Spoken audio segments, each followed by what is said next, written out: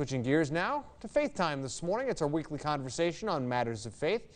Racial reconciliation and anti-racism aren't terms that come up in church every week, but it's an issue worth exploring. I'm joined by David Roach, pastor of Shiloh Baptist Church in Saraland, to talk about how Christians can foster racial reconciliation.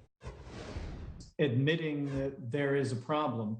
We can see anytime there's a routine poll announced on the news that the response to political issues can often be divided according to race. We also see major reactions after big news events like the killings of George Floyd and Ahmaud Arbery.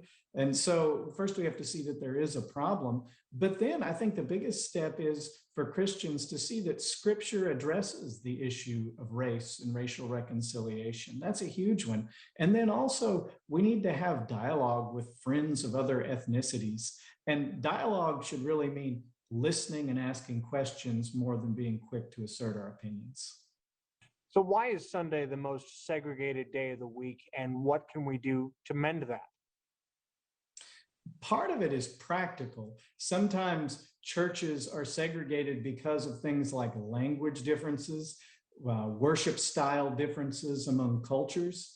But we also have to admit that the segregation in churches is rooted in America's racist past. When you go back to the days of slavery, Blacks and whites were worshiping together in the same churches in the South, but that was only because the slave masters forced their slaves to go to those churches. At times, slaves would gather in the woods for secret churches. And then after slavery was ended, Blacks fled from those white churches where their masters mistakenly thought they would stay. Now, meteorologist